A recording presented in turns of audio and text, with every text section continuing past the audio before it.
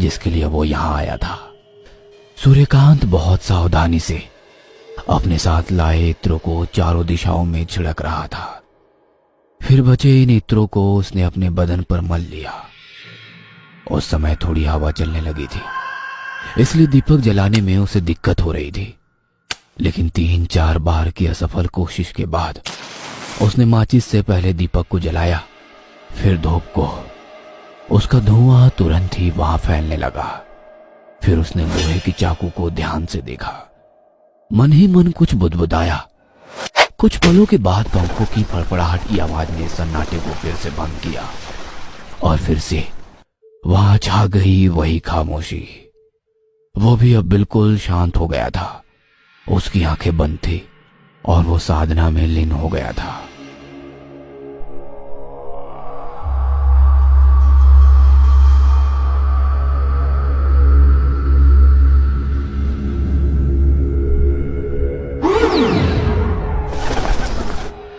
पिछले 1 सप्ताह से वो हर रात शमशान में आकर यही प्रक्रिया बार बार किए जा रहा था।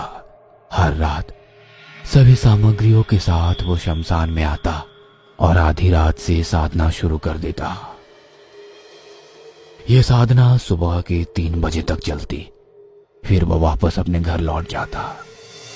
लेकिन आज जब उसने अपनी साधना समाप्त की तो उसके दिमाग में एक ही चीज चल रही थी। कुछ नहीं हो रहा, कोई फायदा नहीं इन सब का, सब गलत है। 1 सप्ताह हो गए लेकिन अब तक कोई अनुभव नहीं हुआ मुझे। मैं कल से साधना के लिए नहीं आऊंगा। सूर्यकांत का धैर्य जवाब दे रहा था और इसका पहला कारण तो ये था कि उसने जिस उम्मीद के साथ साधना शुरू की थी उसका फल उसे नहीं मिल रहा था। और दूसरा कारण था पीपल के पेड़ पर भूत प्रेत पिशाच का भी वास होता है। उनके प्रकोप से बचने के लिए ही वो साधना के समय 3 घेरे बनाया करता। वो उनसे तो बच जाता, लेकिन रात को निकलने वाले कीड़े उसे लहूलुहान कर देते। वो साधना तो करता, लेकिन दर्द से वो बेचैन हो जाता। हर दिन उसका पूरा शरीर रक्त से भर जाता। उन कीड़ों के काटने के कारण उसके पूरे शरीर पर लाल लाल निशान उभर गए थे। जितनी उम्मीदों से सूर्यकांत ने साधना शुरू की थी, उन सारी उम्मीदों पर पानी फिर गया था, क्योंकि 1 सप्ताह बाद भी उसके हाथ खाली थे। उसके हाथ की रेखाएं अब भी उससे नाराज थी।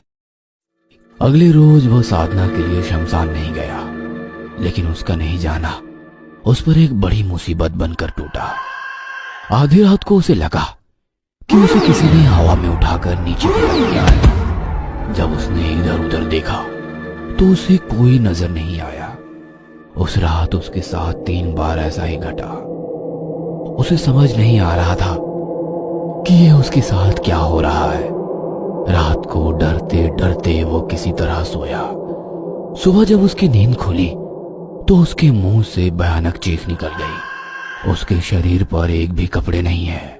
उसका पूरा शरीर फेंसिंग वाले नुकीले दांतों से बंधा हुआ है, जिसके कारण उसके पूरे शरीर से खून निकल रहा है। साथ ही उसके घाव पर मक्खियां भिनभिना रही है।